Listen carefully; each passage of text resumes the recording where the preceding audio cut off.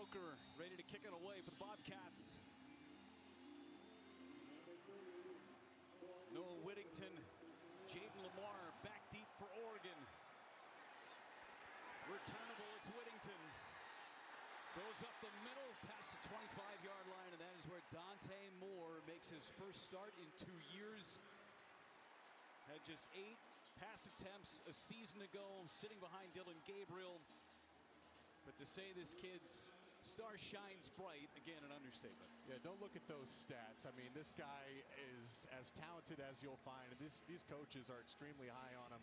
Will Stein said he's got that wow factor, that it factor. In his journey here, I mean, he did what most don't do. He chose to sit the bench in the transfer portal because he believed so much in Coach Stein and his ability to develop him. Coach Stein said when it's all said and done, Dante has a chance to be one of the best he's ever seen. From the 26, handoff goes to Whittington, cuts it back, huge hole. Down the sideline goes Whittington, finally pushed out of bounds into Bobcat territory. Brand new offensive line. I'd say they blocked that perfectly, Jake. Yeah, well, we're always excited for week 1 and that first snap. And if you needed another reason to be excited, if you're a Ducks fan, there it is right there. And you mentioned the new offensive line, 4 new starters up front. Even with these new faces, I think they have a chance to compete for the Joe Moore Award. Noah Whittington gets the start at running back, but we'll see 4 or 5 guys there. Talented backfield. All by himself after a 35-yard gain. Moore back to pass. Moore to the outside. Catch made by Bryant. Just past the 35-yard line. Gary Bryant, who has had a few riddled seasons of injuries that he has had to deal with. He might be wide receiver #1 next to DeCorian Moore this season, the freshman. He's the veteran in the room, and think about how important that is, starting a new quarterback in Dante Moore. Will Stein said you won't find a more steady and consistent player than Gary Bryant. Said last year he expected Bryant to be the 4th or 5th option, but because of injuries he just didn't get the chance to showcase that. You said it, Jeff, he's wide receiver 1 or 2 now. Stacked down at the bottom, design run for Moore, and he runs for the first down. There's that moxie, that it factor, the infectious leadership. Think about Bo Nix and Dylan Gabriel, different types of leaders, and Dante has his own style of leadership. I've heard him compared to Marcus Mariota. You see him running a little bit, looked a little bit like Marcus. First down and 10 from the 26.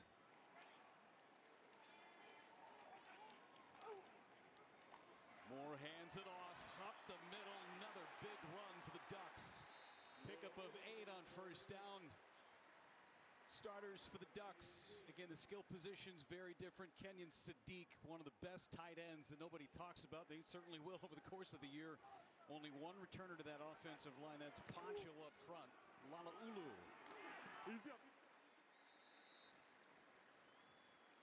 Move the chains for the Ducks defensively for Montana State. This defensive line is going to have their hands full, but I tell you, the defensive coordinator Sean Howe really loves this group. Yeah, and it's a good matchup, a fun matchup. The experience for Montana State is in the trenches. That's where they return their best players and their most experience, but there's a lot of youth in the secondary. So I'm interested to see the chess match. Of course, talking about Dante Moore getting his first start, some of these new faces at wide receiver. How often is Will Stein willing to test that new secondary for Montana State? Inside the red zone, Jaden Lamar is the setback. Lamar carries, bounces to the outside, to the corner. Lamar to the house.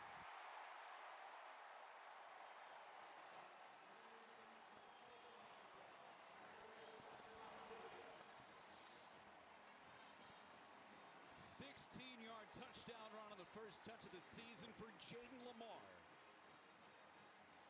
But you can't draw up a better start for the Oregon Ducks offense than what Will Stein and that unit just put on tape. Great chance to look at the offensive line in the run game. I really believe this offensive line will be one of the best in college football. Noah Whittington got us started with an explosive run. And Jaden Lamar finished it off with an explosive run of his own. Atticus Sappington, one of the few seniors on this team. With a point after. Kick is up and good. 6 plays, 70. Will Stein and Dante Moore getting together to talk about what they can do on drive number 2. First, we'll see this Bobcat Bobcat offense for the first time in 2025. From the goal line, Jabez Woods hit at the 20-yard line. And here comes Montana State, new quarterback. Tommy Mellott is gone. Justin Lamson, Stanford starter with just 3 career starts. One of those against Oregon.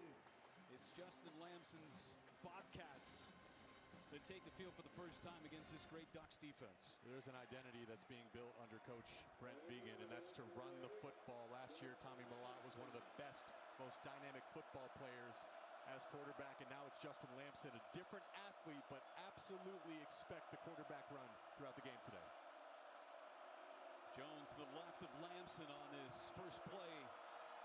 Lamson to the outside, catch made, and a huge hit laid by Ife Obidegu, the freshman starting at corner. Taco Dowler with the reception. Expect a ton of that today, Jeff. Montana State, they have to get the ball out quick. This Oregon defensive line is ferocious. They're going to be humming. Can't sit in the pocket too often.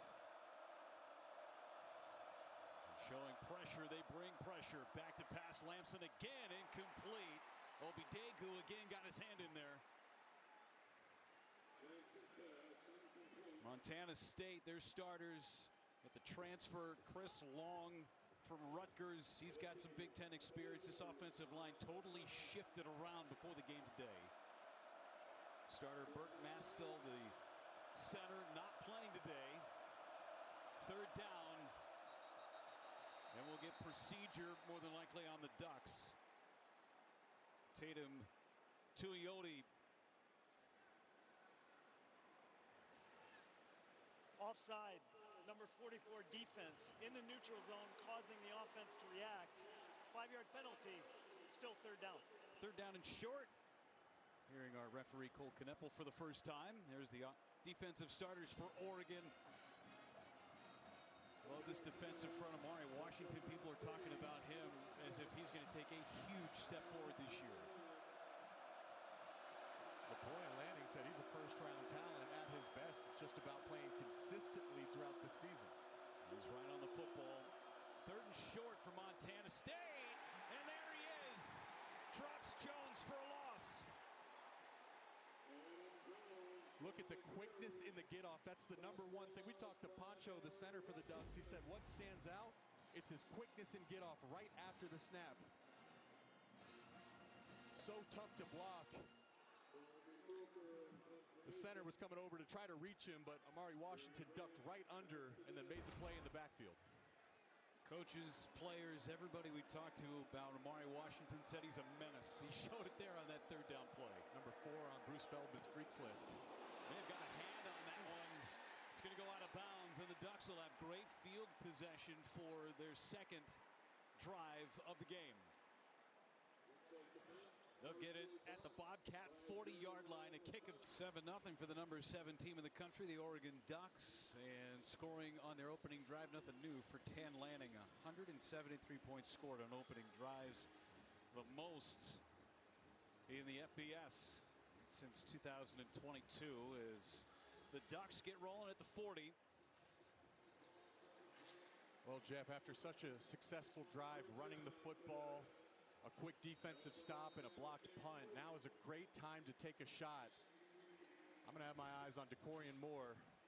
He's right there in the bunch to the back of the slot. Moore's got it.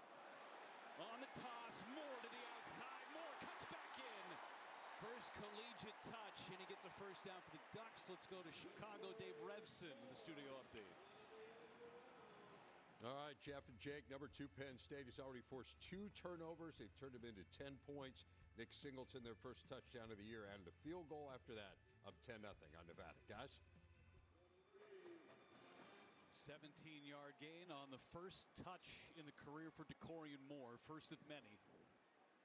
Kid's electric. You saw it right there. What's new? Oregon with more dynamic weapons. Just keep churning them out. Whittington in the backfield. Whittington gets it. Again, a big cut and then a big hit and dropped. Taden Gray, the nickel corner, with a stop. Will Stein said, I mean, you think Oregon, you think spread offense, a ton of receivers, but he said it's forced him to adapt this offseason how deep they are at the running back and tight end position, mixing in new personnels and formations. It's going to be fun to watch. Might go 5 deep at running back, go to the outside, and a hit and a shed of Sadiq. Sadiq, touchdown! That's a big boy score for the Ducks.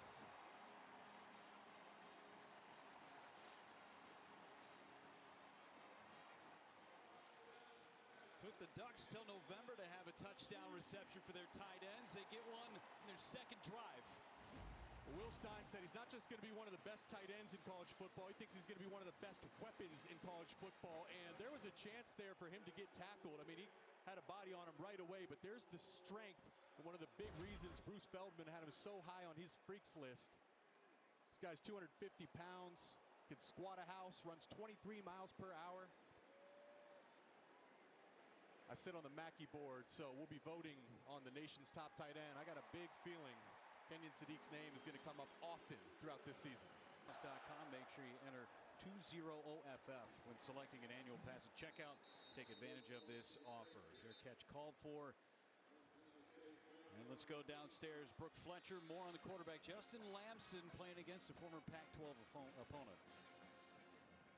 Came against Oregon back in 2023 when he was at Stanford, and he said that experience really shaped him. At the time, he admitted he put too much pressure on himself just trying to do it all. But since then, he's learned as a quarterback you only can control so much. Don't press, just lead your team and do your job. But the biggest growth for him has been just learning to stay even keel. And now going up against Oregon again, he just feels like all those lessons have prepared him for this moment, guys. Thanks so much, Brooke. Bobcats with 3 and out on their first drive. Lamson hands it off. They try left side, nothing there. Maybe a yard for Montana State. This defensive line is going to compete to be one of the best in the Big Ten Conference, and we've highlighted both trenches. Offensive line is great, defensive line is great. I remember the questions were, how are the 4 West Coast teams going to adapt to the physicality of the Big Ten? I'll tell you what, Oregon is saying the rest of the conference has to adapt to them. Their trenches are as good as you'll find. Lamson design run and almost broke it loose. He's across the 30 to the 31-yard line. To Iodi on the tackle after a gain of 6. It's just so important for Montana State to win the first and second down so they get into these third and manageable situations where the run is available, the quarterback run is available. You do not want to be sitting back in the pocket and letting this D-line go in obvious pass rush situations. Had a 3rd and short on their opening drive. Amari Washington blew that up. Dowler, the motion man. Heat coming from the Ducks. Flag is out, incomplete pass. We'll check on the penalty.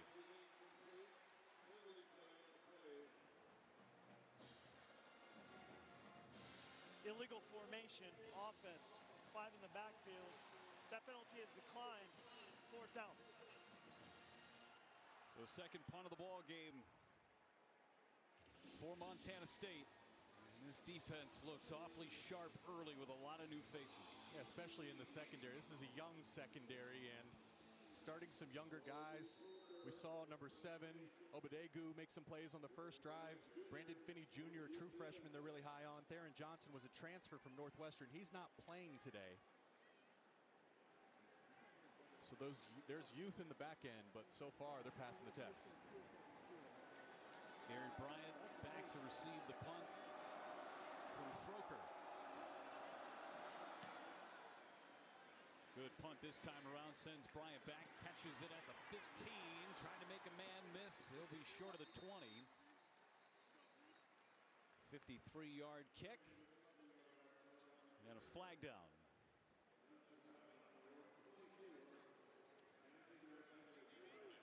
Illegal formation, 5 in the backfield on the kicking team. That 5-yard penalty will be added to the end of the run. 1st and 10, Oregon. 5-yard penalty will set up shop. I think Lanning is asking them to re-kick, which is what most coaches Correction. do. Oregon is elected to replay 4th down from the previous spot, 5-yard penalty. And if I can nerd out a little bit, Jeff, and tell you why you do that. Yeah, do it. It's because when you're a kicking team, that's more exhausting. Punt coverage, kick coverage. You're expelling more energy than the punt return team. So even though they have pretty good field position, you force them to line up and kick again and bet on the fact that their exhaustion will allow you better field position. And you're going to move them back 5 more yards, too, from the original spot. On top of it. Yep. And Bryant back to return again for Oregon.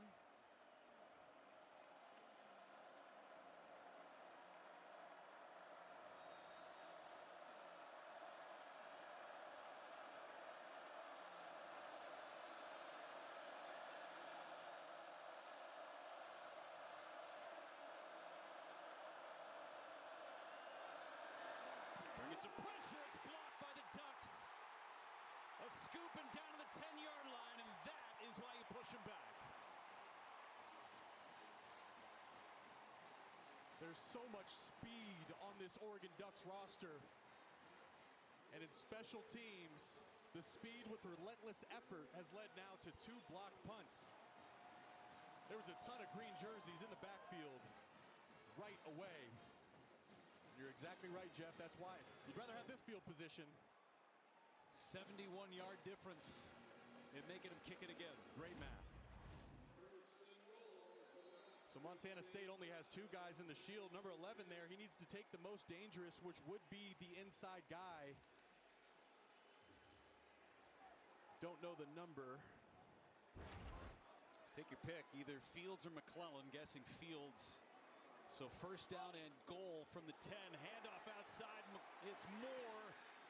And he's upended right at the 10-yard line. Good tackle in space by Jace McMillan. I was talking with Montana State defensive coordinator Sean Howe before the game, and he gave his Will Stein his flowers. He said this guy is as good as you'll find in college football in terms of forcing you to defend the whole field, sideline to sideline and 40, 50 yards deep. You see the play calling creativity stretching Montana State vertically. They've been able to run the ball. They made it easy on Dante Moore when he has passed the ball. Cooper Perry, Justice Lowe, the wide receivers on the bottom of your screen. They're going into the corner. Incomplete, intended for Lowe. 3rd and goal for Oregon. So even in the misses, you can see the arm talent of Dante Moore. That was a really pretty ball. That's a tough fade from going the right hash all the way out to the left sideline. But in terms of location, you want to miss high there. Just a little high to his receiver. A lot of jersey in the defender's hand, too. Looked like it.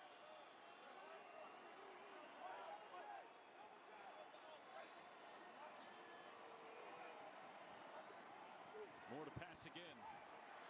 Moore gonna run and push out of bounds at the 5. 4th and goal from the 5. We'll see what Dan Lanning wants to do. Looks like he's gonna bring on the kicking unit and take his 3 points. I just love the decision from Dante Moore there too. Getting your first start here for the Oregon Ducks. It's opening weekend. I'm sure he's excited. But there's no need to force anything, no need to prove anything. It's good defense from Montana State, and Moore was just able to tuck it, run, and get out of bounds. It's that simplistic approach. Take what the defense gives you from 23 yards for Sappington. And he puts it through 17-0 Oregon.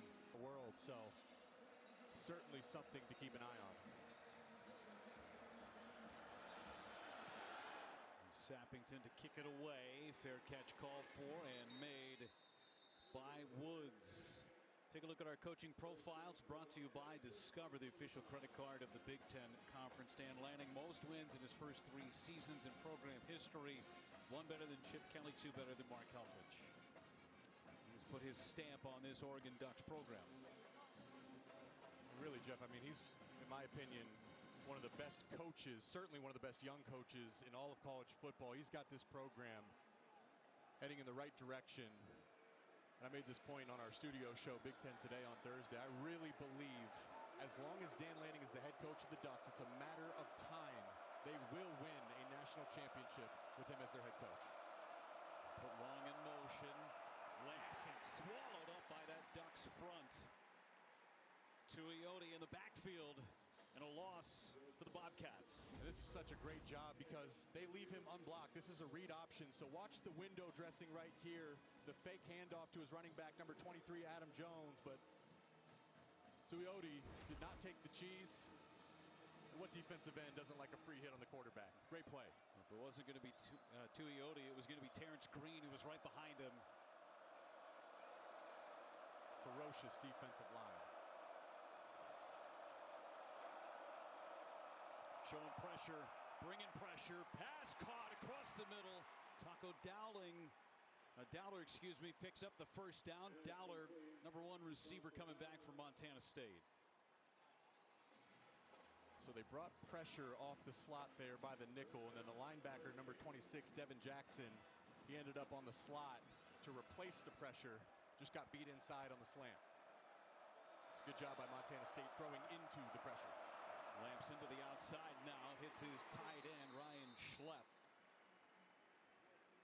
Moments ago, there's Pregnon walking back into the tunnel and on his way towards the locker room.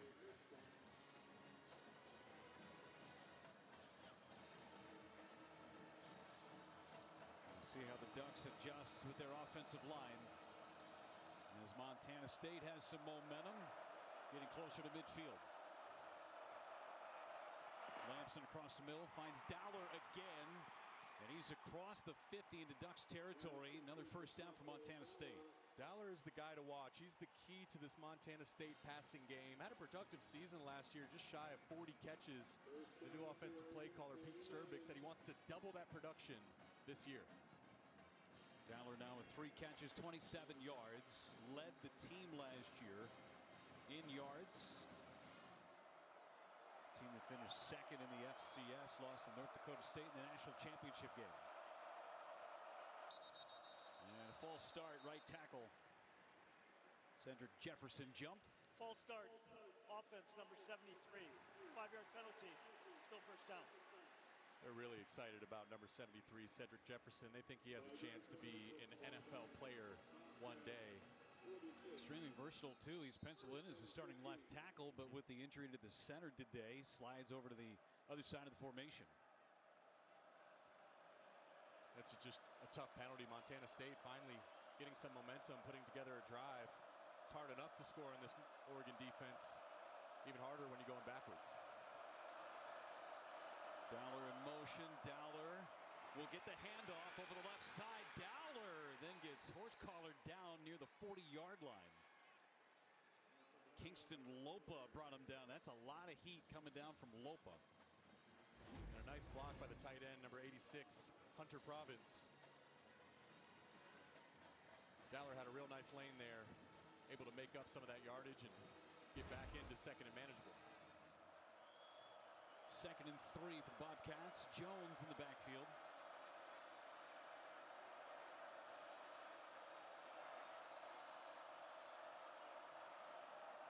Jones gets the tote across the 40, and they'll mark him down right at the 40. Brings up 3rd down and 1. It was a nice play by the freshman cornerback, number 14, Naeem Offord. He came flying off the edge to make that hit.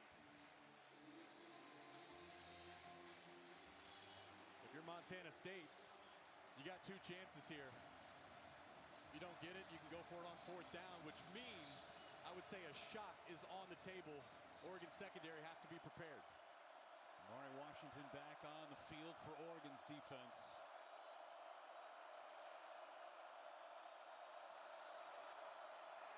Lampson has it. Maybe a half a yard. It'll bring up 4th down for Montana State.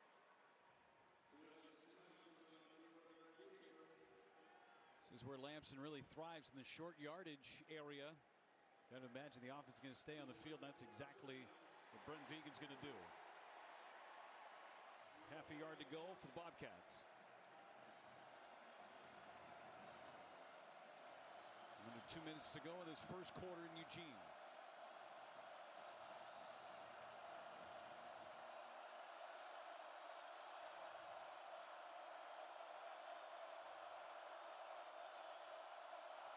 Handoff goes to Davis. Davis met behind the line, and the Ducks hold again.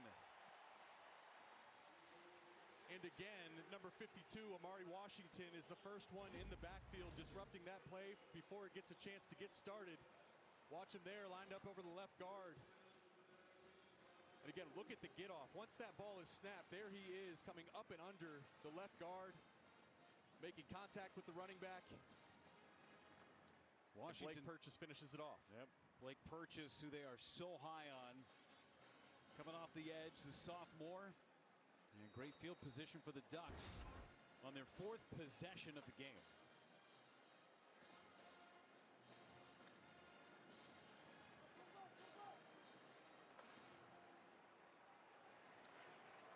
Kyle Casper at the bottom of your screen, a guy again that has had some injury issues.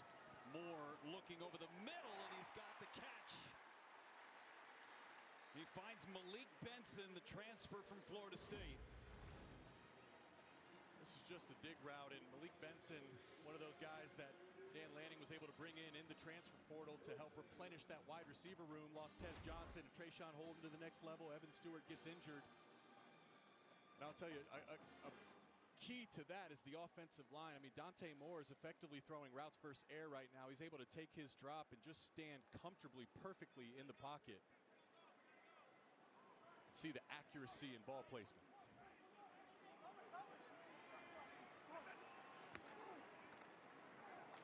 Moore's going to keep up the middle, upended. Mark him down at the 36 after a gain of 5. Caden Dowler, strong safety with the tackle. And we talked about Kellen Casper. He's down in the bottom of the formation. Big body, 6'6", 215. We saw him at the walkthrough yesterday. I said, wait, is this guy on the basketball team? Really long arms. He's going to be a big-time threat in jump ball situations. They target him. Throw off the mark. Brings up 3rd down. Long arms just not quite long enough. Clock stopped, and a Montana State player down in the defensive Timeout backfield. for defensive injury. 3rd down and 5. Way off the field for Montana State. Favoring that right arm.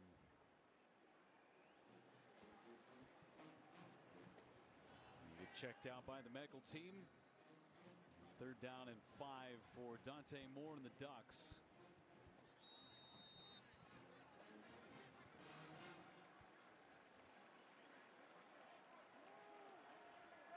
Sadiq, the motion man.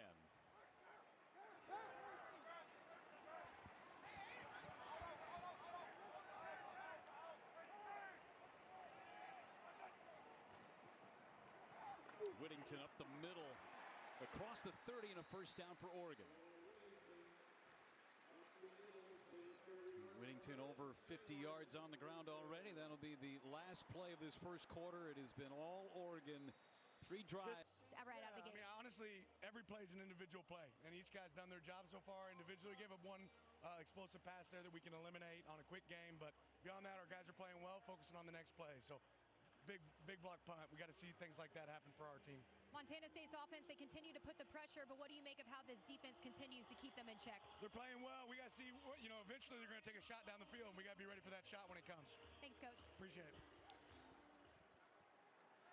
Thanks to Brooke Fletcher, Dan Lanning. Adjustment up on the formation up front.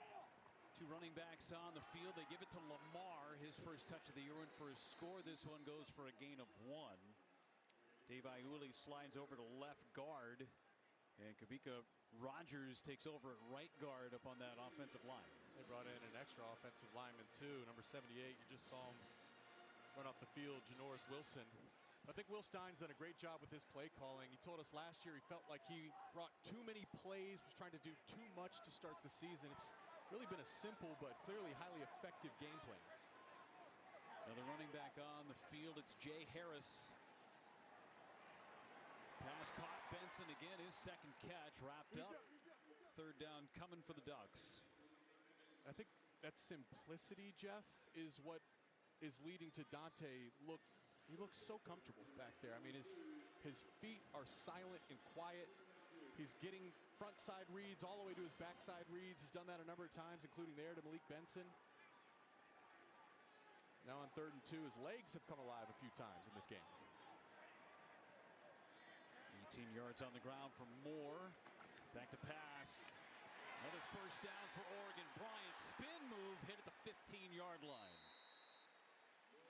Gary Bryant, his second catch.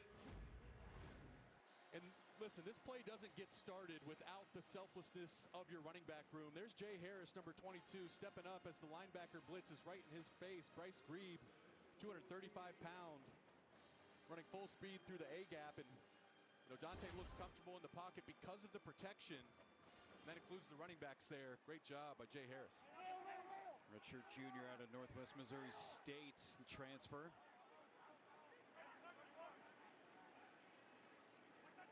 From the 14-yard line, Harris gets it. And Harris dragged down Paul Brott, the nose tackle, after a short gain. At some point, they are going to target big number 3 Kyle Casper. I told you he's 6'6" with long arms. Looks like a basketball player. Remember they threw the fade route to number 14 Justice Lowe. If I'm throwing a fade route, it's going to be down here to Kyle Casper.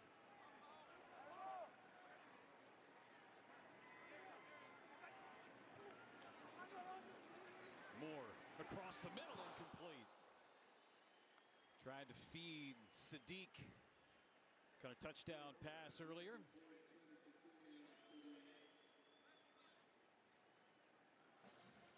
All right, 3rd and 8. I think if you can get a few yards here, I'd say there's 2 opportunities to get the first down, so you don't need to get all 8 yards. 2 of 3 so far on 3rd down for Oregon's offense. Once again, there's Casper. Look at the height difference between him and the defensive back down here. See if Dante Moore gives him a shot.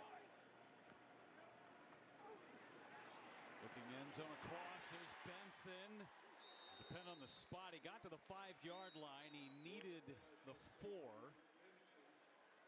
Give him a chance, though. I mean, the offensive line, they haven't been knocked back once. Not a single negative play in this game, Jeff. So with 1 yard to go,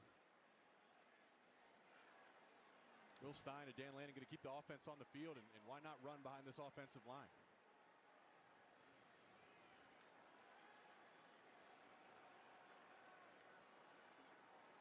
They got 5 running backs at their disposal. They love the freshman Jordan Davison, and that's who is in the backfield behind Moore. 4th and 1. Davison gets it right side. First down, Ducks. He's the thunder to the thunder and lightning of the future, the running game for Oregon. 235 pounds. Will Stein gave him the comp to Carlos Hyde, a guy that had a ton of success for Ohio State back in the day and had a long career in the NFL. They love both these freshman running backs. Stein said the future is in good hands of this Oregon Duck backfield. Jumbo package again. Give it to Davison, right side. Davison, touchdown, Oregon. The freshman from modern day picks up his first collegiate touchdown.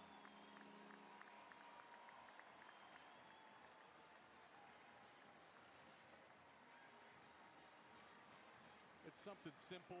With the Oregon Ducks running back, we've seen each guy do it. He bounced that to the outside, but the best backs, they don't bounce it right away. You got to press the hole. What Davidson did there is he pressed the hole vertically. That forced Montana State to commit, and then he bounced outside. So we talked about the size at 235, but the quickness in the jump cut to beat Montana State to the edge. 4 drives, 4 scores. Fox Sports app. Kick is away. It'll be a touchback. Take a look at our drive summary. It is brought to you by American Family Insurance. 4 drives, 4 scores, 3 touchdowns, and a field goal. Methodical, no negative plays, and just 1 play over 25 yards. Intentional, and Will Stein told us, I think we were wondering last year, it was a slow start to the season with Idaho and Boise State, and it's shocking to think back how good this Oregon football team was.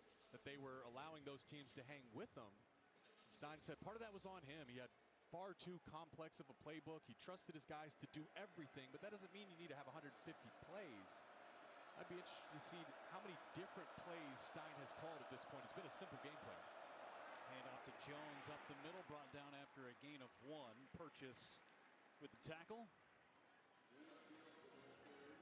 Sometimes simple is the best way to go, and there's a lot of eye candy with some of the things that the Oregon offense does, but in its core, very simple. That's the art of being a great play caller, though, is run simple plays but make it look complex.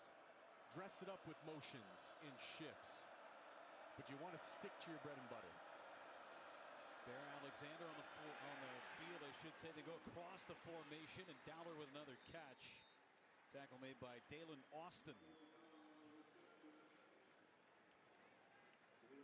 3rd down for Montana State. Dowler is a really, really good football player.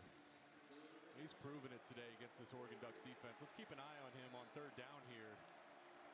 If Lamson doesn't tuck it and run, I would say he's going to number 14, Dowler.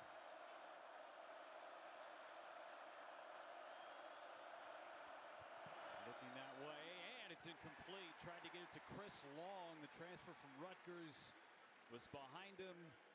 4th down coming up. There's the freshman Brandon Finney Jr. in coverage. What a good-looking kid. I mean, I can't believe the way these freshmen look these days. I mean, to be that young, he's 6'2", 203 pounds. I mean, he's got an NFL body already, and the coaches are really high on his work ethic. They said Finney competes with Dylan Thieneman as the hardest-working guys on the team. So, Oregon Duck fans, you guys are in good hands in the back end of your defense for many years to come.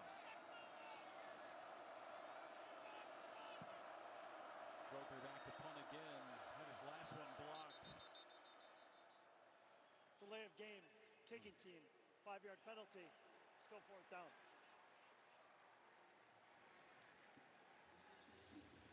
Got to almost get into a safe punt type of formation at this point. Couple deflections. Jeremiah McClellan got his hand on that one. And on that one. He's a starting receiver. A redshirt last year. He's made 2 great special teams plays. And both blocks have come up the middle. Look at all those green jerseys. Bringing heat again. Almost got there again. Bryant on the return. Bryant up the sideline. Ball is out and out of bounds. It took an Oregon bounce at the 50-yard line. Offense back on the field. To the NFL, but the Buckeye defense with all their new faces really shined and shut down Arch Manning, who many had as the preseason Heisman favorite.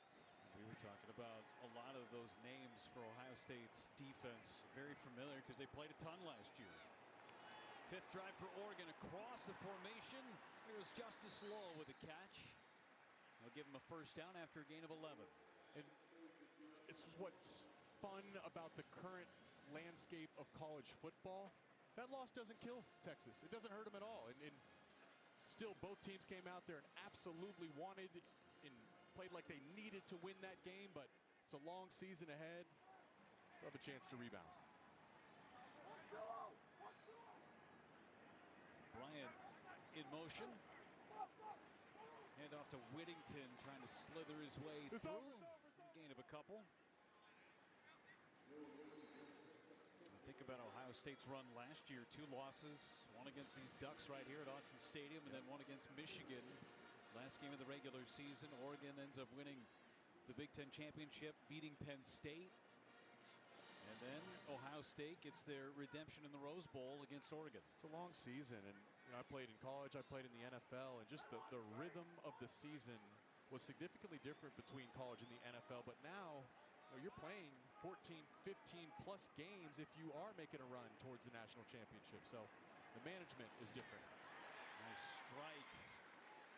Reception to the 30-yard line downstairs. Brooke Fletcher-Moore and Emmanuel Pregnon. Yeah, guys, he left the first quarter after getting rolled on, went back to the locker room. He's back on the sidelines, helmet on. No word yet if he's going back in, but the signs are looking in that direction, guys. All right, thanks so much, Brooke. Hand off to Whittington, puts his head down and gets a first down for Oregon to move the chains. That's great to see for Pregnon. I really believe in terms of left guard, left tackle, throw in the center Poncho, but Poncho, Pregnon, and Isaiah World, I struggle to find a better center, left guard, left tackle in all of college football. All three of those guys are NFL body types with likely first-round talent at the highest level. Matthew need Pregnon. Matthew Bedford, the Indiana transfer, is on the field. He's over at right guard at the moment. Sadiq with the handoff. Oh, the jump! Kenyon Sadiq, who's already caught a touchdown, showing off his skills. Maybe the track team wants him now. Yeah, there's not too many tight ends that can do that, but this is what's so fun. The marriage between Sadiq and Will Stein. He's more than just a tight end. He's a playmaker. It looks just like the Big Ten championship where he had the touchdown, caught it down the sideline, and hurdled the Penn State defender. We're just getting a little preview, a little appetizer of what we expect to see out of Sadiq this year. It's going to be fun to watch. Just noshing on his skills. Cross to the outside and brought down.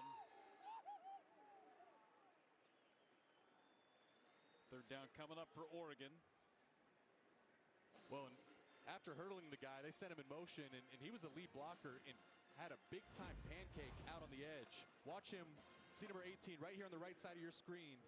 Watch him engage the defender when he drives his feet on Carr, the defensive back. He finished that play with the pancake, so he does a little bit of everything. So he just hurdled Carr, then he pancakes him on the very next play. Yikes. Don't take offense if you're Carr. It's going to happen to a lot of defenders this season. 3rd and 6, outside pass. Made a man move, that's Moore.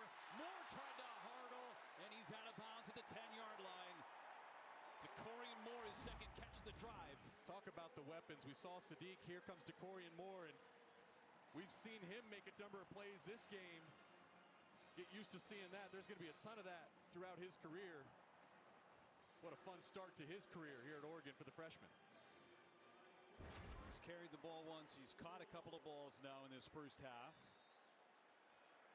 Jaden Lamar to the left side of Moore. 5th trip to the red zone for Oregon. Lamar gets it again and knifed down just shy of the 5-yard line. You know, there's comparisons, DeCorian Moore to Jeremiah Smith. I get it, they're both 5 stars. Jeremiah Smith had a great start to his career last year at Ohio State as a freshman, but really they're different players to me. Jeremiah Smith is more of a physically imposing talent, almost like a Julio Jones. And Will Stein compared DeCorian Moore to Garrett Wilson, the former Ohio State wide receiver, 10th pick to the New York Jets. Will Stein coached Wilson back in high school. So pretty high praise for DeCorian Moore. Lake Travis High School down in Texas. Handoff, Whittington. Whittington just short of the goal line. 3rd down and goal for the Ducks. Once again, Sadiq leading the way. He'll be moved all over the formation for this Ducks offense. Going fast, Whittington in the backfield again. Whittington's got it, and he's in. Touchdown, Ducks.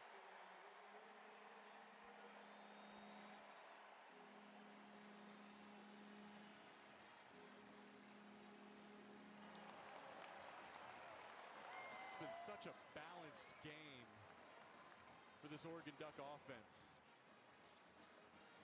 Had so much success running the football. Offensive line has not been knocked back once. They've been completely moving the line of scrimmage.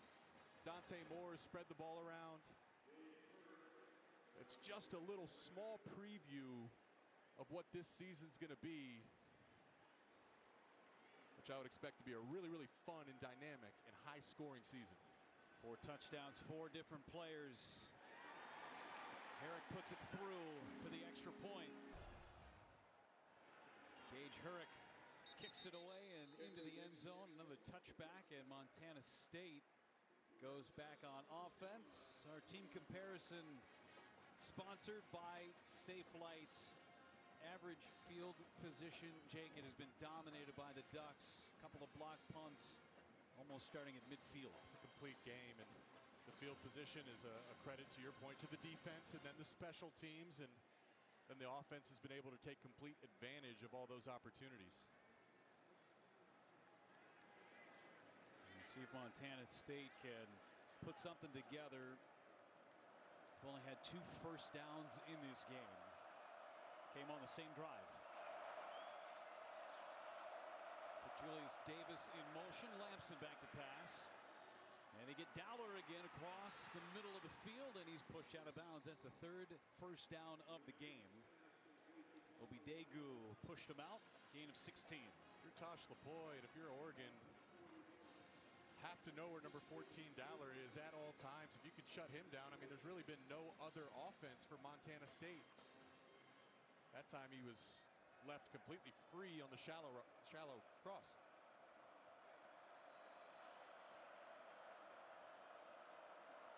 Of the 68 total yards for Dowler in the open field onto the 50-yard line goes Julius Davis, a one-time Wisconsin running back.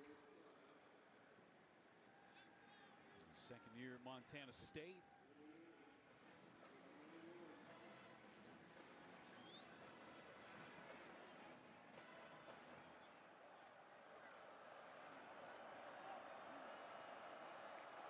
Second down and short.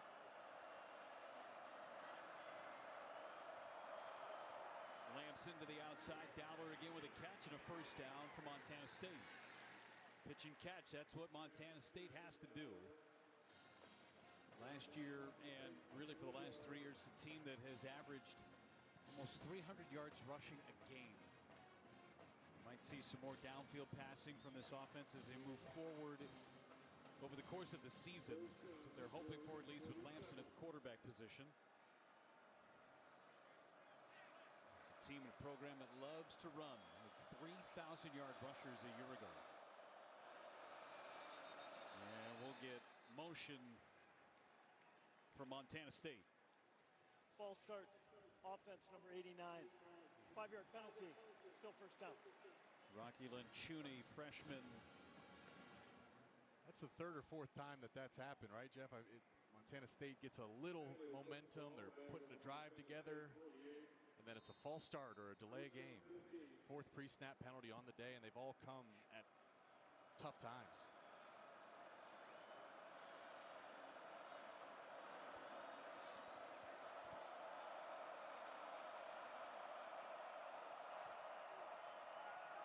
Across the middle, that's Lencioni.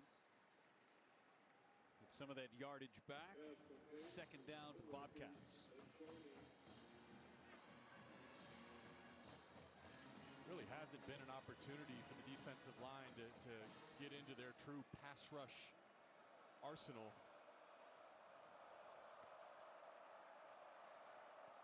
Across the middle, nice one-handed catch by Dowler. Ball is out, but it goes out of bounds. Another first down for Montana State. Former Purdue star Dylan Thieneman going out west to Oregon.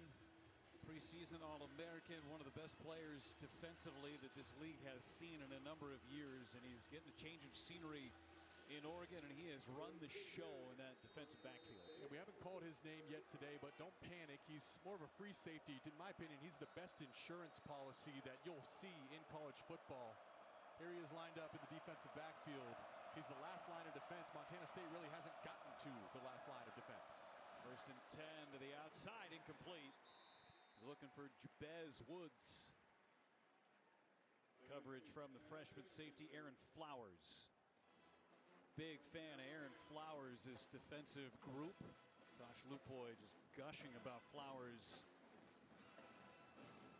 Between him and Kingston Lopa, they're high on Peyton Woodyard. Really, I mean, that's kind of the theme for Dan Lanning. He feels like they have more than 11 starters. What Dan Lanning was talking about, just so much depth. Lost 10 guys in the NFL draft, but depth-wise, this team may be more talented. Another incompletion. Looking the way of Ryan King. That was interesting, wasn't it? I mean, you think about how successful they were last year. 10 guys, school record to the NFL draft, and Lanning says, to me, I took that as he doesn't know the high-level talent. Maybe they don't have 10 selected this year, right, but he felt they had a larger quantity, to your point, more depth of winning football players. The floor was not as quote-unquote low. Yes. More it's a credit to recruiting and the transfer portal. 3rd and 10. Ducks bringing pressure. Dowler trying to get to the outside. He will. Dowler. This is going to be close. Laulea knocked Dowler out a yard short. Pickup of 9. 4th down and 1. It's a really nice block and battle by the tight end, number 88, Ryan Schlepp. He was blocking Dylan Thieneman. I thought he might have been able to get called for a holding right there in the middle of your screen, but the official had a better look at it than I did. 4th and 1.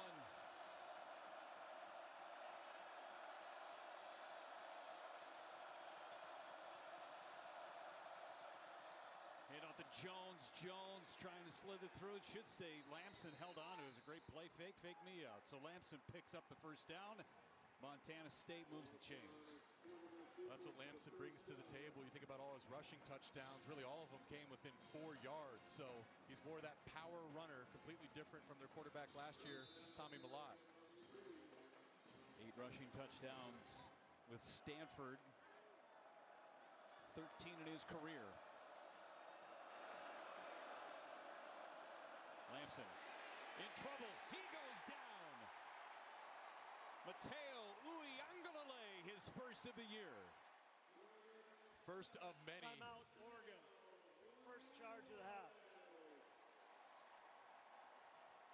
New shoe needs to be put on. Step away for 30. But I'd say, I mean, this is the thought process here for Dan Lanning is call your timeouts. You want the ball back because you want the rep of 2 minute for Dante Moore and these new receivers. It's going to be invaluable throughout the season. 3rd and 12 for Montana State. It's the quarterback draw. No one in the middle of the field. Finds Dowler, and then he's hit, and the ball pops out.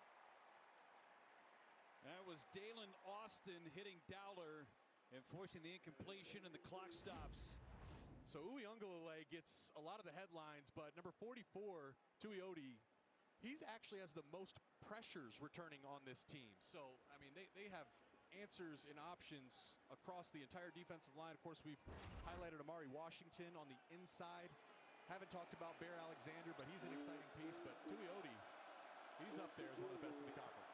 Sansed back to kick, and his kick is up and through. Montana State picks up their first points of the season, a 42-yard field goal.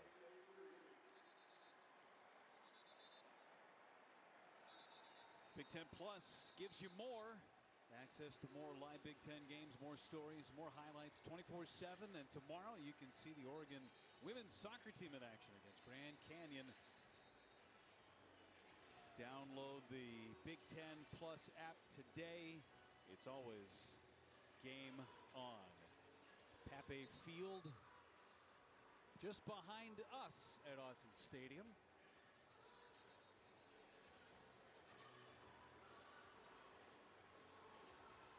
Let's see what the Ducks do with 1:03 left and 1 timeout.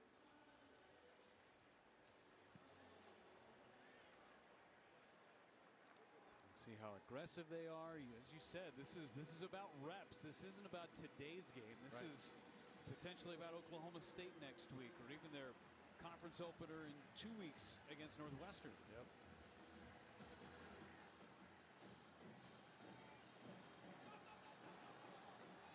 On the return,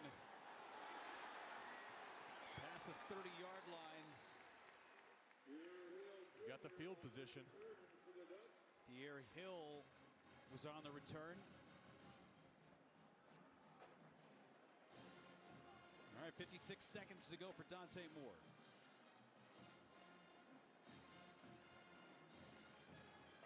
He's looked at Malik Benson a number of times today from Florida State. Number 4. That's kind of been his possession guy, especially over the middle of the field. Be down here at the bottom of your screen.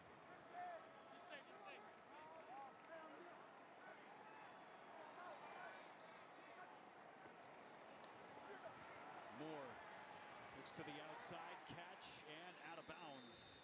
Jeremiah McClellan, who's blocked 2 punts, picks up his first catch. Gain of 13. And a flag down in the backfield. Personal foul Hands to the face, defense number 11. That 15-yard penalty is added to the end of the run. Automatic first out. Kenneth Iden, senior edge rusher. Tack on 15 more, so 28 yards of net yardage there. There he is battling with the new tackle, big Isaiah World at 6'8". And even with the hands in the face, Dante Moore, no pressure. There's been no pressure all day today. Tulane transfer Mekhi Hughes on the field for the first time for Oregon. 1,400 yards on the ground a season ago. They go to the outside. Another catch. This is Cooper Perry. His first catch of the day. Excited about that freshman. And here we go. Here's the operation, the 2-minute. They have timeouts, choosing not to use it, getting lined up quick.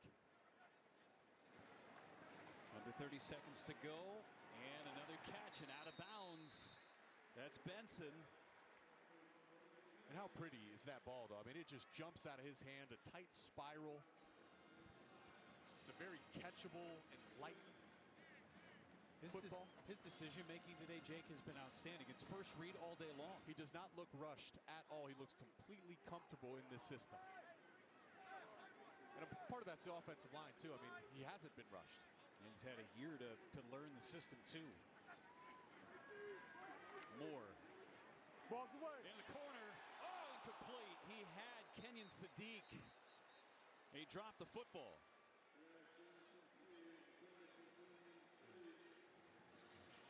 Sideline warning, Oregon. That's our first of the game. There's no yardage penalty assessed.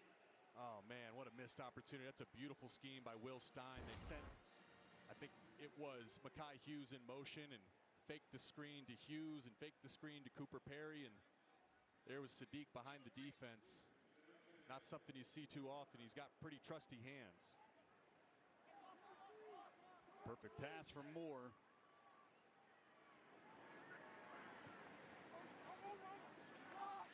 Run of the fade and a hold. Flags down as Benson was trying to get space. Carson Williams, the freshman, grabbing Benson. Yep, they'd run those 10, 15-yard stop routes, and it looked like Williams was just sitting on the sticks there expecting Malik. Pass interference, defense number 4. Spotted the foul. Automatic first out. It looked like number 8, Carson Williams, was expecting a hitch route or a curl route, and Malik just ran right by him, caught flat-footed. Easy call for the official. Pass interference. Spot of the foul, put it at the 11. 14 seconds to go with a timeout.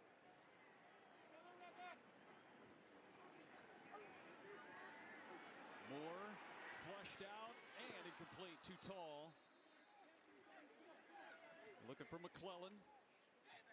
Maybe time for 2 plays, 8 seconds. So I'm nitpicking here, but, you know, if Dante could have that back, understanding with 14 seconds, you don't want to hang on to the ball. If you're efficient, you could still get 2 more plays, which would be 3 plays, including the last one. But if you hang on to it too long, you might take away that opportunity. This is probably your last play, or you're sending out the field goal unit.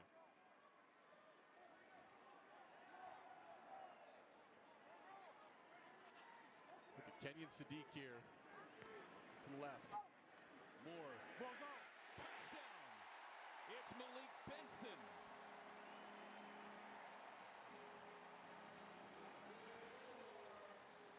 I just love Will Stein's offense. It's the scheme. What he did to open that post route for Malik Benson makes it easy on his quarterback, Dante Moore. I told you to look out for Sadiq. He was running the post route that occupied the safety. Sent the running back out to the left, which left Malik Benson one-on-one with leverage. Sadiq the bait, Benson the switch. Sappington makes it 38-3 in the first half. 6 drives, 6 scores, 5 different Ducks with touchdowns.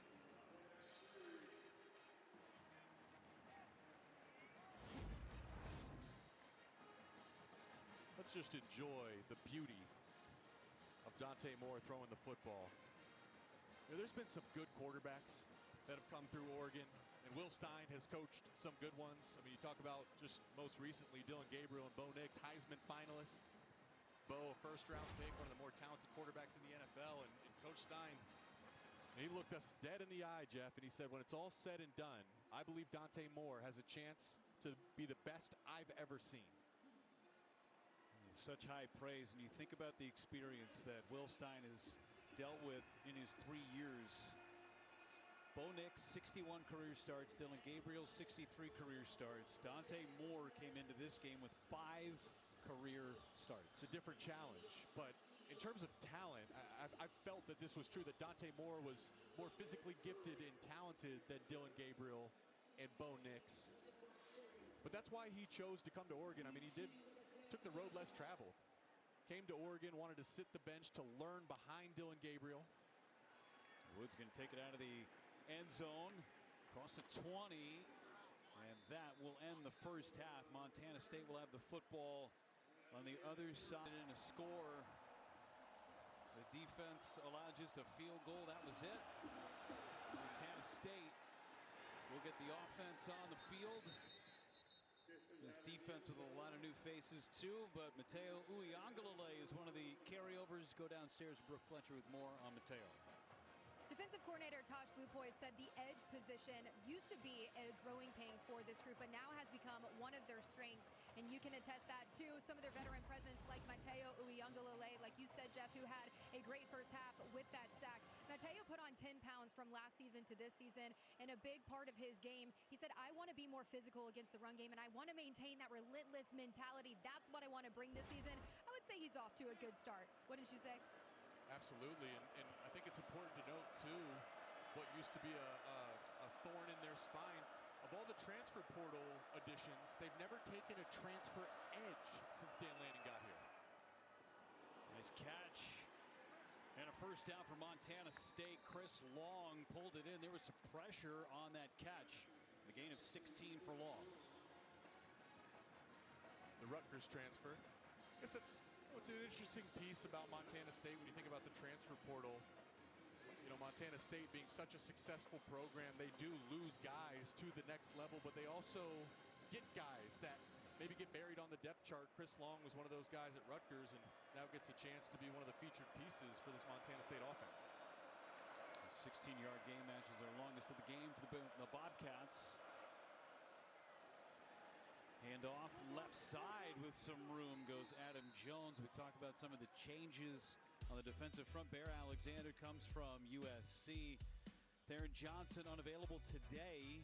He comes from Northwestern. And then Dylan Thieneman, we talked about him briefly earlier. Nothing has really got to his level of the defensive backfield, so we haven't talked about him in terms of this ball game. Those are some of the stars, the guys that were here last year. Now they take center stage. It's usually a good thing when you're free safety, you're not calling his name a ton. Another handoff, almost to midfield. But we'll be calling Dylan Thieneman's name a ton throughout this season, and he's one of the best players in all of college football. The Big Ten safety class is loaded. I mean, Caleb Downs for Ohio State is top 5, top 10 pick. Dylan Thieneman, I think he's got a chance to be a first-round pick whenever he does decide to go to the NFL.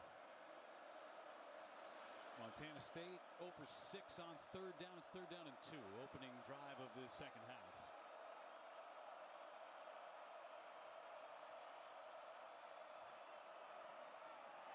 Lamson. And it's going to be a first down. The hit was by Aaron Flowers, but just enough to pick up the first down and move the chains.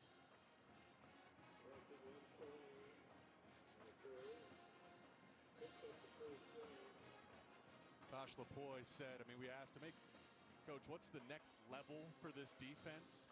And he said he wants them to go from being respected to feared. Certainly has been one of the better defenses in college football, absolutely. They've been highly respected. But the next switch to flip for Oregon is to become a defense that is feared. Lamson in trouble. And he hits Dowler on the sideline. He's in the open field. Dowler now across the field. Thieneman able to run him down and out of bounds inside the 25-yard line.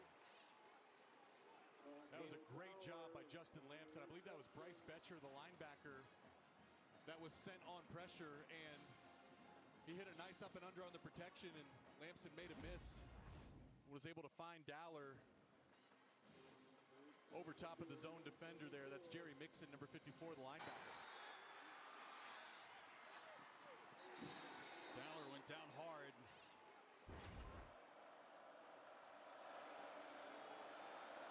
How about that? 103 of the team's 158 yards for Taco Dowler.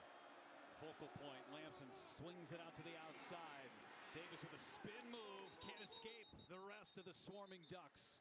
The pickup of 2 is Bryce Betcher, who missed the tackle on Lamson on the last play. Didn't miss that tackle. Back for his senior season. Had an opportunity to go play in the Astros organization on the baseball field. Said, I got more in the tank on the football field. I got some left to prove. Benefited this offseason, too, of being fully committed to football. He said he added about 10 pounds of muscle in the weight room. And he's a really nice guy, Jeff. You know, I was walking around the facility after our meetings yesterday, and I got lost. And he stopped from the elevator and showed me the exit. And I said, thank you, Bryce. I really appreciate that. Heck of a football player and a heck of a nice guy. Let's go downstairs to Brooke Fletcher.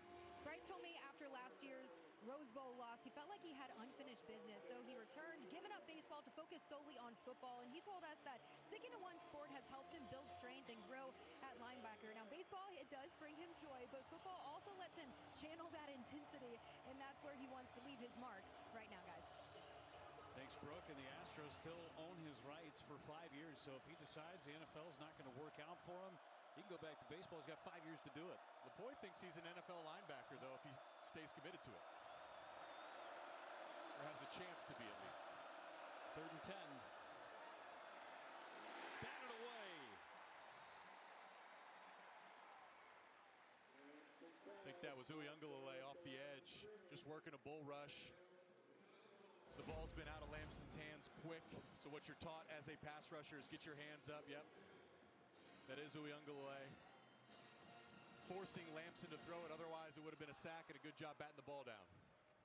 Lamson was perfect on that drive, 4 for 4 until then. Now a 41-yard attempt from Stanstead. He kicked from 42 earlier. Kick is up and right through the uprights. So another field goal for Montana. Short kick, returnable. Whittington from the 9. Whittington upended right at the 30-yard line. Jake, we can't go any further without talking tight ends. So let's talk tight ends. I've been waiting on it, Jeff. And listen, there's some talented tight ends in the Big Ten, and Kenyon Sadiq is one of the best. I have him as my number 2 tight end right now. Max Clare a little bit more proven, but this is a fluid list we're going to talk about throughout the season. And I think what makes Sadiq so special is he's more than just a tight end. He's really not a traditional tight end. I mean, we saw him take a handoff in the first half. He's hurdling guys, standing straight up. He's really just a true weapon. And Will Stein said one of the best weapons in all of college football, in his opinion. Malik Hughes opens up in the backfield. Sling it to the outside for Bryant. Bryant out to the 34-yard line. Sadiq had a touchdown catch in that first half. So we've seen a little bit of everything. Look at the strength right there. I mean, he's getting hit right after catching the ball, but he shows the strong hands. I mean, this guy is jacked. He looks like a complete action figure. Defensive backs are going to have a hard time trying to bring him down, but then you see the finesse. He's hurdled a couple guys, too. He can do truly everything. Decorian Moore was near the first down and then wrapped up by 3 different Bobcats. We'll see where progress takes him. I'd add, too, Sadiq. He's had a number of pancake blocks. I mean, he really is a complete tight end at 250 pounds. How about that, Jeff? Freak numbers, man. He's a freak amongst freaks. 41.5-inch vertical, 435 bench press. That's unheard of. Those are like NBA-type numbers. I want to know who the other 10 guys are that are ahead of him on that list from Bruce Feldman. Moore dumps it down. Ooh, big hit. And surviving the hit was Mekhi Hughes.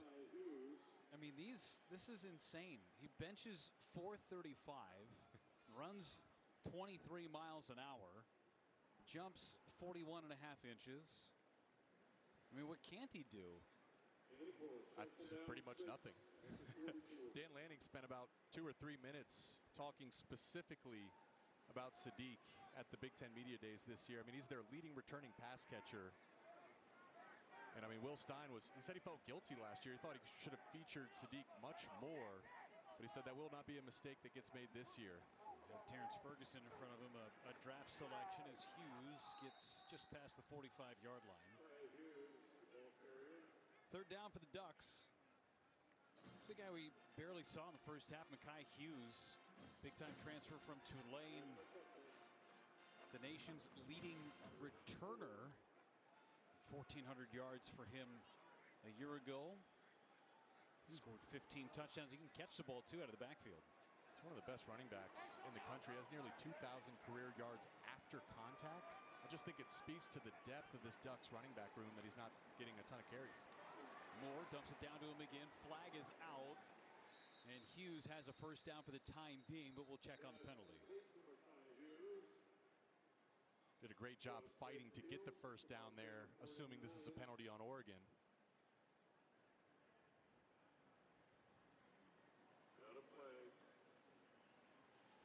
Holding. Offense number 77. 10-yard penalty from the previous spot. Third down. Just the second penalty of the game against Oregon. That's Matthew Bedford, the guard. Remember, there's been some shuffling when their starting left guard, Emmanuel Pregnon, went down with injury in the first half. So now it's 3rd and 15. Let's see what Will Stein dials up if he wants to try to push the ball down the field and go for the first down. Bedford, the Indiana transfer. Watch this pressure here. These two guys look like they may be coming off the edge. Dante Moore sees it, and he's adjusting the protection. Bring a couple. Good call, Jake. Go across the middle. Catch made. Still on his feet. That's the running back. Now in the open field is Jay Harris. Inside the 15-yard line. That's a veteran job, a great job by your quarterback, Dante Moore. He's messing with the snap count. He gets Montana State to show their hand. That allowed him to adjust the protection. They picked up the blitz, and all of a sudden, Jay Harris is working on nobody. Nice route by the running back there. Dante hits him for a big explosive. 50 yards to Harris. Now Bryant survives the hit and scores. Gary Bryant finds the end zone.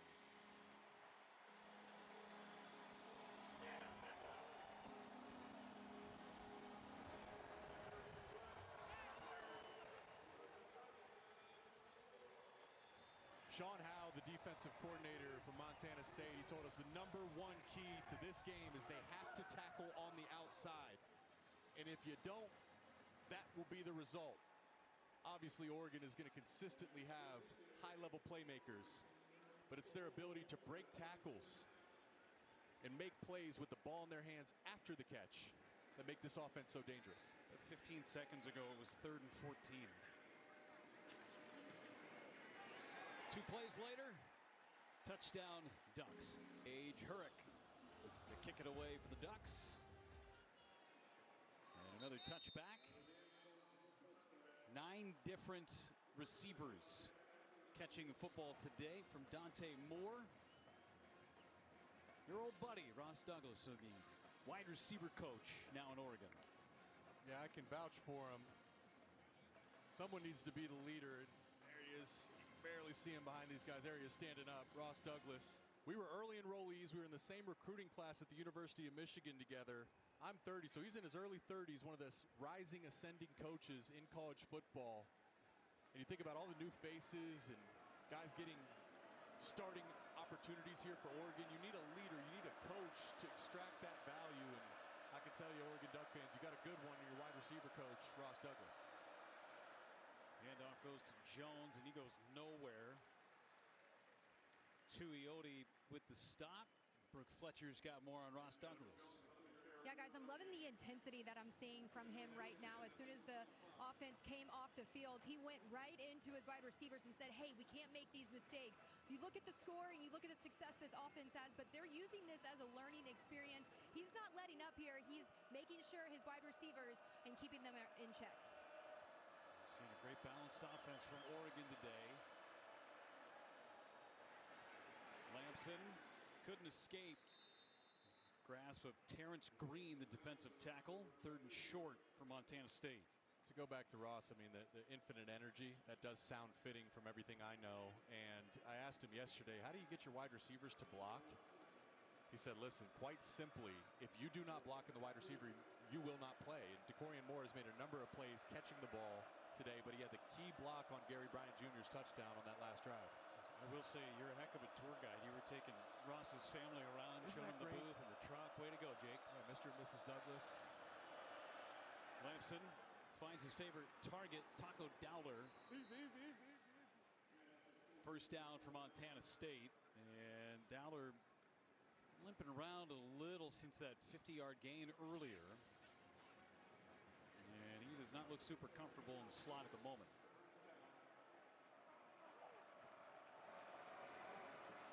Hand off again to Jones. Slithers through for a couple.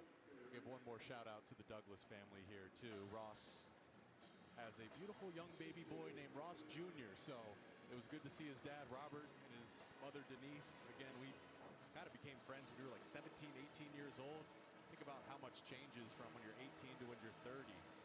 But that's the relationships and the beauty of the game of football bringing us together.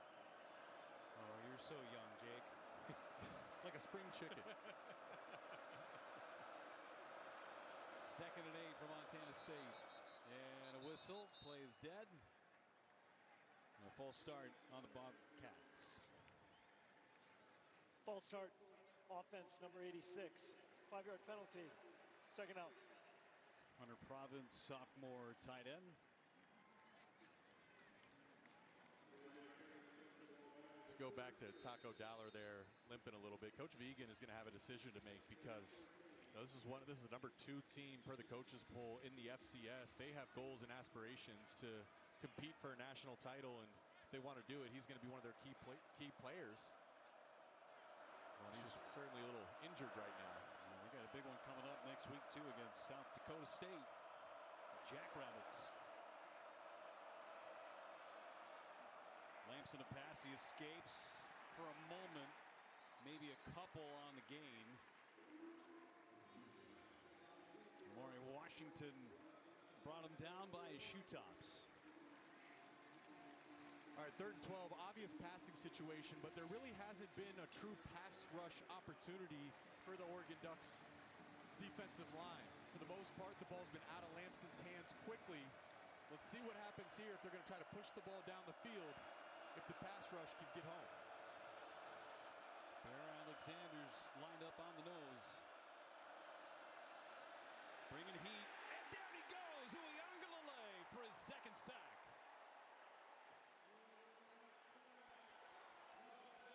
And it was supposed to be a quick screen. It looked like Justin Lampson was trying to get the ball out quick to his left, to kind of like a wide receiver screen. Here he comes working against the right tackle there, number 73, Cedric Jefferson, and Jefferson didn't even get a hand on Uiagalelei. And that's going to be the theme for this defensive line throughout the entire season for all opposing quarterbacks. If you hang on to the ball a second or two longer, this defensive line is humming and they will get home. 2 punts blocked already by the Ducks. Bryant, Fields on a bounce. And Bryant brought down at the 35-yard line. It's been 7 drives. Jake, everybody's getting involved in that wide receiver room. Even some of the running backs getting involved. Listen, I think this Oregon Duck offense is really like an orchestra. There's just so many pieces and so many weapons they can go to, and that means Will Stein is the conductor alongside the quarterback Dante Moore. It's a big reason Dante Moore came here. He said, I wanted to come to Oregon, even if it means sitting on the bench behind Dylan Gabriel, because he felt this system and this coaching staff was going to be able to allow him to realize his full potential. Great start here to the 2025 football season. And just 5 incompletions for Dante Moore. We've got a new quarterback. Austin Novosad is entering the ball game. He'll get the rest of the contest, or at least his drive. Sophomore from Dripping Springs, Texas.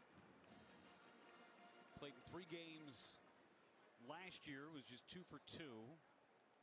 3 games as a freshman, 9 out of 11 that year. Moore finished the day 18 out of 23 with 3 touchdowns. Ball's dead, ball's dead. He Here's Dante Moore. I'd say job well done in his first start in 2 years. Absolutely. I mean, it's going to be a fun season, and the sky is the limit for Dante Moore. I don't want to get ahead of myself, but I will get ahead of myself. Just watching him throw and understanding what this offense is capable of, there'll be some first-round conversations at some point this season. Jordan Davison scored a touchdown earlier today on his first collegiate drive. Picks up a first down. He's the thunder to thunder and lightning in the future of this running game for Oregon. Stein loves those young freshman running back, doesn't he? Coming up on a minute to go. Slip it to the outside, incomplete. Looking for Hill out of the backfield. Coming up for Oregon. Next week, Oklahoma State here at Autzen Stadium. Then travel to Chicago, take on Northwestern. And then Oregon State. That one's always circled. And that leads up to the date with Penn State in Happy Valley. Yep. That'll be a night game there on NBC, and in my opinion, that's the best environment in all college football. I played in 2 night games on the road, whiteout, Penn State. Obviously, Penn State has national championship aspirations. That is going to be a fun game to watch. Nosad has his man touched. Nice play by Kyler Casper. Had to come back for it. It's a big first down inside the 10-yard line for Oregon. That's a matchup I thought they would have went to earlier. Kyler Casper, we told you a number of times, he's 6'6". Look at the length right there. And he's working on number 1, Jace McMillan, the redshirt freshman, who's only 5'9". So it took a while, but they utilized the height and could have been a touchdown with a better throw. Davison puts the head down, reaches forward. Touchdown, his second of the game.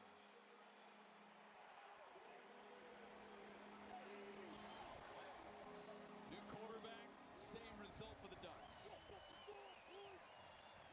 Well, I can see why Coach Stein is so excited about the young running back, Jordan Davison, as we prove he got over the goal line here. Stretch, knee, touchdown. Unbelievable body control. But he's 235 pounds. He is built like a battering ram. He's, you'd think he's a power back, but Stein compared him to Carlos Hyde, which I think is a great comp, just getting to watch him run here. Carlos Hyde was a bigger back, but had that fluid agility and ability to change direction. We saw some of that on that touchdown there by Davison. Hurrick puts it through. 8 drive. And a great crowd at Autzen Stadium, and they have been treated to a offensive clinic from Will Stein today.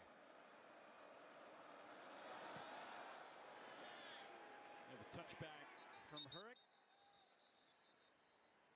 And Montana State goes back to work.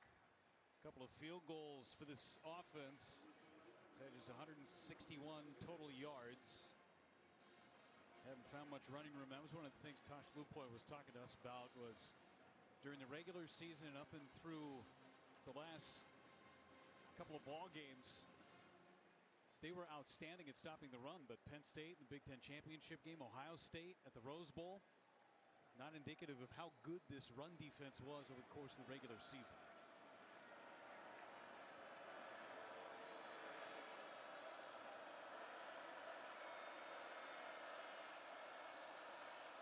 On the jet sweep, getting around the corner, spin move, but can't get out of the grasp of Peyton Woodyard.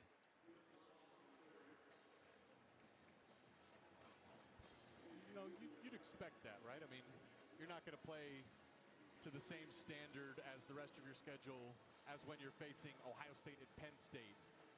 But there is room for improvement for the Ducks defense. End of the third quarter. It's time to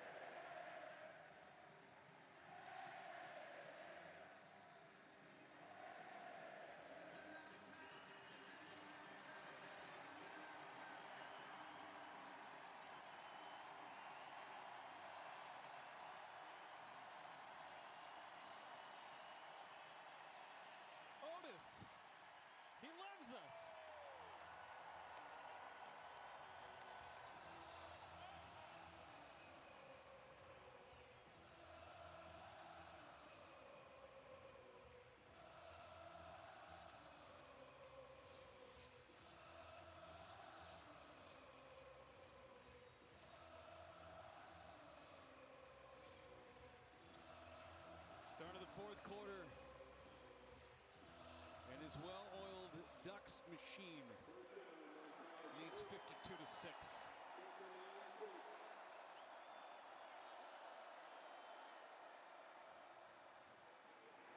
Around the edge is Julius Davis for a first down for Montana State. Julius Davis with the ball. Senior out of Menominee Falls, Wisconsin.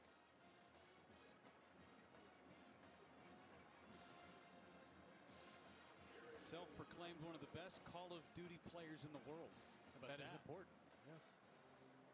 I mean, they have stats like that. They exist. They do. Right? That lives forever. You can make a ton of money being a good video game player these days. He's one of them. Pressure coming. Lamson got rid of it. Took a huge hit, but completes the pass. Chris Long on the catch. Gain of 11, another first down. That's a heck of a throw right there. And Lamson just knew he was going to take a shot and still found a way to get it out to Chris Long. Started his collegiate career at Syracuse. Transferred to Stanford. Came to Montana State to take a look at it. Then committed to Bowling Green. Coach leaves Bowling Green. Comes back to Montana State. Takes a big hit. Out to the 49-yard line. Jerry Mixon on the tackle. I'm sure he's happy that he won't ever have to play this Oregon Ducks defense again. This is the second time he's had to match up with them. Did it a couple of years ago as well, but that was out in Palo Alto as a member of the Stanford Cardinal. He's got high expectations for this season, and head coach Brett Vigen is excited and felt like he was the right fit to bring in to replace Tommy Millard, their quarterback from last season. Dowler toughened this one out. Slung down on the outside by Brandon Finney.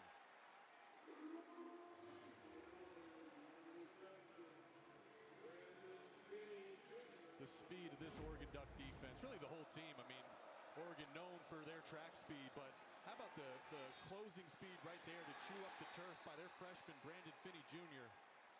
I've called his name a few times today, Jeff. 6'2". You see the length, the strides. Those were sprinter strides right there. Yes. On the 50-yard line, third down and 8.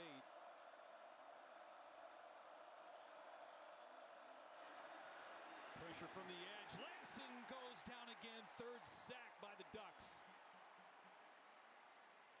Another freshman, Nazir Wyatt, number 32. He was the one that came off the edge and forced Lamson to leave the pocket.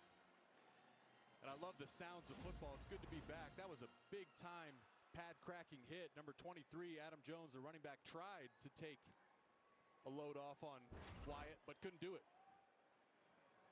So how about that? Freshman Wyatt makes a play. Finney the play before. The future is bright. 7 tackles for loss. DeCorian Moore is back to receive the kick. Let it go into the end zone for a touchback. Dante Moore, outstanding debut in his first start for 2 years. Jake, finding a bunch of different receivers. Welcome home and welcome back. And so much anticipation, so much excitement. This guy was a 5-star with all the potential in the world. And what a luxury. How fun must it be to be an Oregon Duck fan, to go from Bo Nix to Dylan Gabriel to now Dante Moore, who likely, probably, in my opinion, has more raw talent than the 2 previous guys. So what does that mean? Sky's the limit. Luke Moga into the ballgame at quarterback. He's down the sideline and rushed out of bounds. Ducks were fired up to get Moga into the ballgame. Redshirted last year, and this is his strength, the running game. And Lanning told us he's not just the fastest quarterback, he's one of the fastest on this team. And think about all the speed we've shown you and highlighted today. So to have a quarterback with that dynamic of playmaking ability and the ability to turn the corner, I'd expect they have some packages for him sprinkled in throughout the season. He's got a freshman, Dewan Riggs, to his right. Riggs gets the carry. Riggs over the right side. He dives for a first down. 1 carry, 10 yards for Riggs. It's the freshman showcase. I mean, seriously, for those watching at home, take out your notepad, write down some of these names, because this is the future of your football team. Lanning's done such a great job of recruiting. Obviously, the transfer portal allows them to replenish on a year-to-year basis. And it seems like it's a certain type of guy he's brought in, too. I mean, these aren't just talented players. They love the game of football. There's a professionalism to their youth. Hand off to the outside. That's Hill. Hill into the open field. Knocked down inside the 20-yard line. Red zone trip again for the Ducks. There's the lightning. We talked about the thunder with Jordan Davison. De'Aaron Hill is the lightning of that freshman duo, and you see the lightning flash right there. Down the right sideline. Great blocking on the edge, too. Receivers, lead blockers.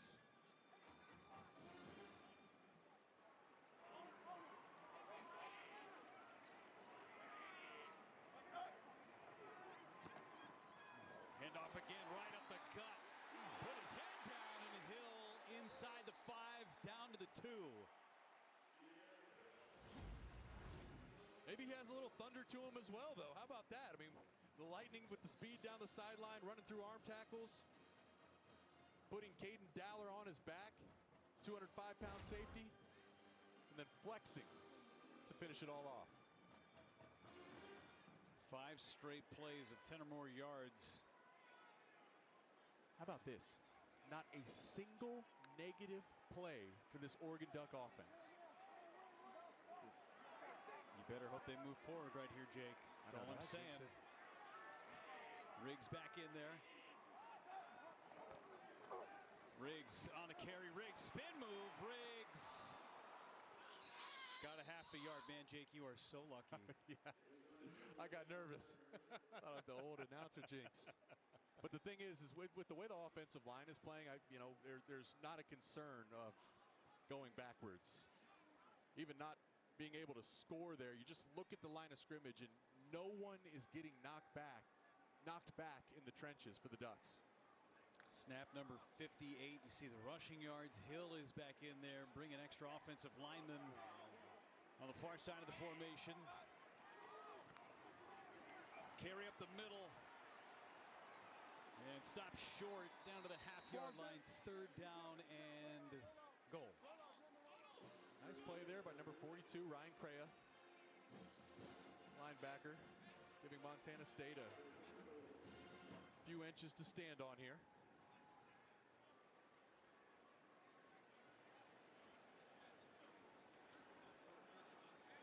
Just inside the 1-yard line.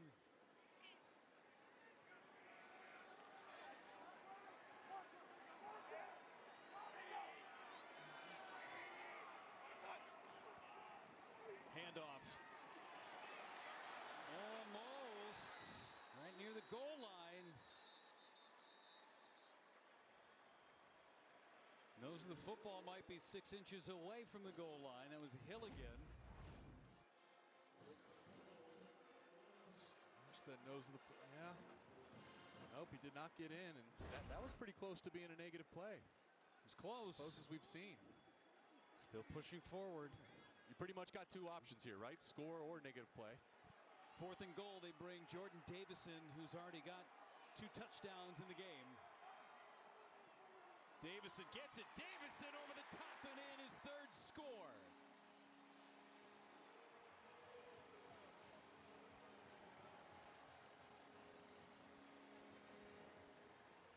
Davison. It's the Davison showcase, and he's proving he really is the total package for a freshman. 235 pounds, but accelerating downhill and then jumping over the pile there. Clearly in for the score. I was talking to the running back coach pregame, Rashad Samples. I'm like, Coach, how are you going to balance all the snap counts? And he laughed. He's like, I don't even know how I'm going to do it. I mean, they just got so many options, so much talent in that running back room. Still true, no negative plays and no punts. 9 drives, 9 scores. And we'll get another touchback. 6:50 to go from Autzen Stadium. The country undefeated on the road. Iowa was unranked, a game we should not have lost, and they spoiled our season. So that's a dangerous place to play. And we've seen what Oregon can be throughout this game. Clearly a talented team, clearly one of the best teams in college football, but there's going to be some challenging waters to navigate with some of those road tests. Undefeated in Big Ten play a year ago, undefeated until the Rose Bowl against Ohio State for this Oregon team. Not easy to run the table. This is as deep a Big Ten conference as there's been in a number of years. Yes. Much like the Oregon roster, right? It's not always top heavy. Now the heavy hitters in the league are, but the floor is not as shallow as it once was. Yeah, and listen, the Big Ten was known, especially when I was playing around 2013 to 2016. You know, it was just a defensive league with running games and minimal quarterback play outside of the top teams. But that's one thing that was immediately apparent when we were doing our Big Ten camp tour this year is the quarterback play has taken a major stride conference-wide. Washington has a young kid named Damon Williams. It's really, really special. Iowa, they went out and got Mark Gronowski, a dual threat quarterback that's the most talented quarterback they've had in a number of years. Pass and secured. Good catch by Jabez Woods. Final drive recaps the entire day around the conference. Tonight after football only on the Big Ten Network and the Fox Sports app. The final, that's the best way to end a great day of college football there. Great analysis by the crew. Get a snapshot of all the action across the league. Still got more to come. Outside again to Woods, pushes his way forward for a first down and then getting tackled at midfield. Jabez Woods again on the reception. Solomon Davis on the tackle for the Ducks. I'm just so excited to see what this team can be. I mean, Dan Lanning is one of the best coaches, one of the best leaders in college football. I believe Will Stein will be a head coach at some point, whether that's next year or the year after. He's a great mind. Across the middle, wide open, and finally brought down. Lencioni with his second catch of the day. Love the question that you asked, by the way, of Dan Lanning about his leadership in our meetings with him yesterday, how he came to be the leader that he is. Yeah, I mean, when you think about the turnover, you know, losing 10 guys to the NFL draft, when you win, your assistant coaches become coordinators. Coordinators eventually become head coaches. It is so important to be a great leader and a culture builder. And more than anything, that's exactly who Dan Lanning is. He's intentional about building his culture. He's intentional about the type of player he brings in. And there's great proof there. Jordan Burch was a guy, when he was at South Carolina, he wasn't a high-level NFL talent. He comes to Oregon, a relatively unknown, and look at what he's doing in the NFL now. Bo Nix and Dylan Gabriel elevated their games. Malik Benson, the receiver from Florida State, has had a nice start to his career at Oregon here.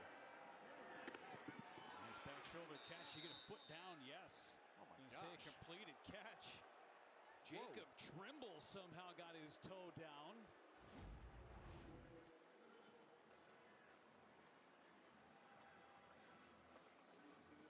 He did not get a toe down. Maybe That not. is out of bounds. Seeing it up on the big board. Trying to snap the football, but substitution review letting it this? play.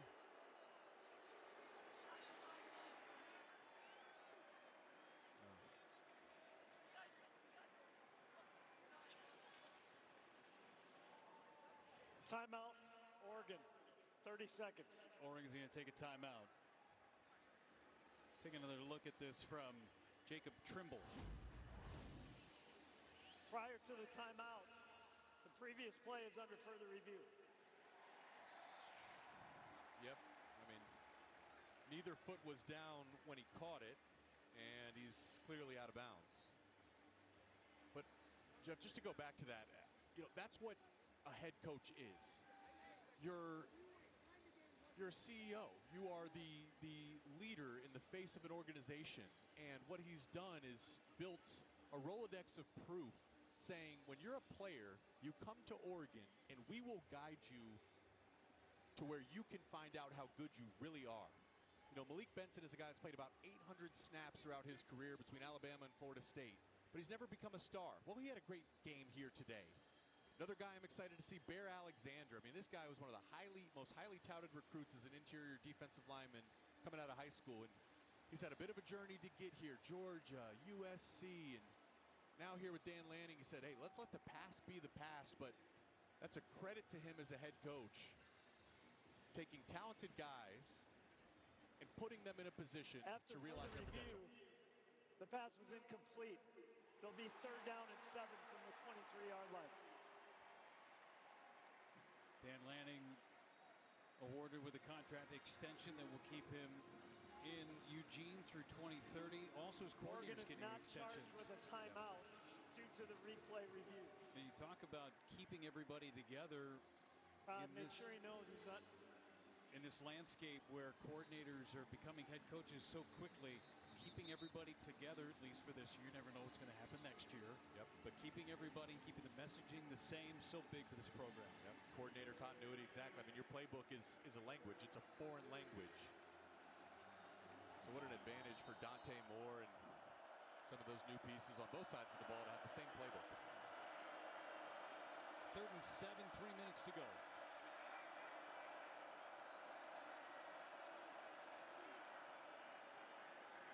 Lamson, completed pass to the 15-yard line.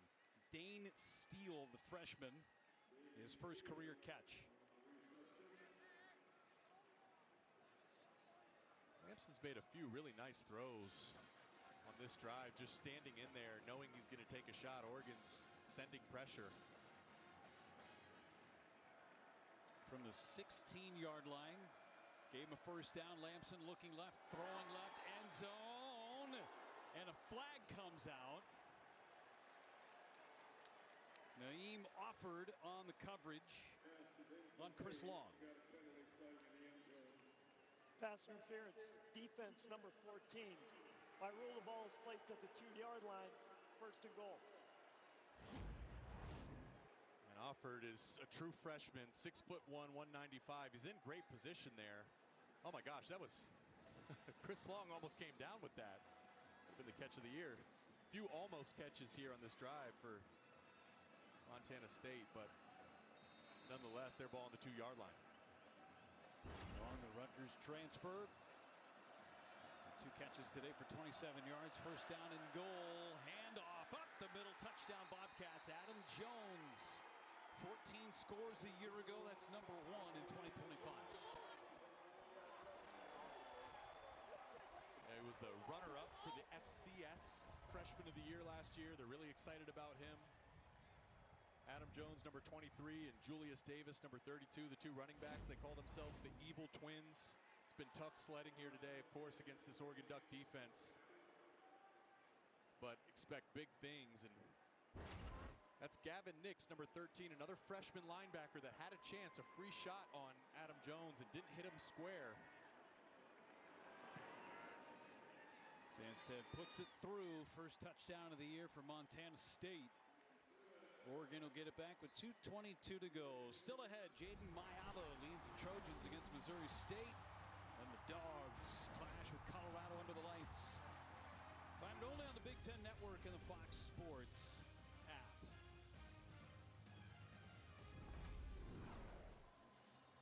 Couldn't have asked for a better day in Eugene. Last time we were here, it was November. Again, a perfect day. That weekend against Maryland last year, Jake. Leaves are going to turn eventually, but it is still summer in Oregon. Such a beautiful setting, and the air just feels cleaner out here. It's all the trees. It is the trees. The photosynthesis is great. You took out the here. word right out of my mouth. Yes. Carbon dioxide to oxygen conversion, Jeff. Thought this was a football game, not a science class. I'm just glad I got photosynthesis This is out through my teeth. Oregon will get it after the return from Hill. Saw Moga at the helm of the offense, and now we'll get Brock Thomas, another guy, Jake, that these guys were really high on. He's a Eugene kid. Cool moment for him, playing in his home city for his hometown team. And I mean, obviously, this game's over, but it's been a perfect game, effectively. I would say probably about 99% for the Oregon offense. They've been nearly perfect, so that would be the pressure for Brock Thomas, is keep this offense operating at a near perfect level. So the note, Dad and Grandpa both played at Oregon. This one goes forward from DeJuan Riggs. Jordan Davison today with 3 touchdown rushes. The first freshman ever in Oregon program history to have 3 rushing touchdowns in the country.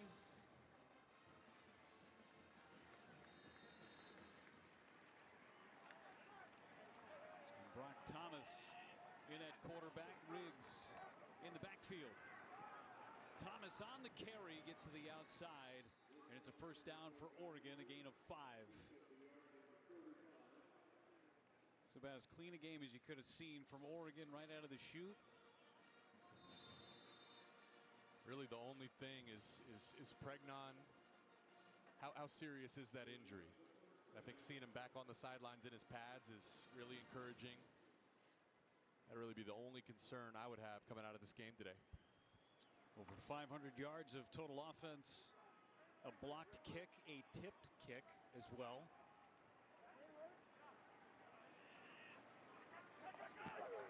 Thomas puts it in the belly of Riggs. Picks up a few. Jake, before we have an opportunity to say goodbye, how about the tribute to Lee Corso today? Made his final pick and went Buckeyes. That was just a special show to watch, and Lee is a legend. He is college football, really. Just think about all the change that we've seen, and he was a pioneer for the changing landscape of media, and such a positive voice and figure. And I just loved watching Kirk and Chris Fowler and everybody interact with him. Victory formation here for the Ducks. Thomas kneels on it, and that'll be the final snap of this one. The only negative play of the day, and it was the lean down. Shouldn't count. Pretty complete effort from Dan Lanning, and they'll get ready for Oklahoma State next week. They'll be feeling really, really good about their prep going into that matchup for sure. How about 506 total yards, 253 on the ground, 253 through the air. And I'd love to know how many different plays Will Stein even called, because he said he wanted it to be a simple playbook this week.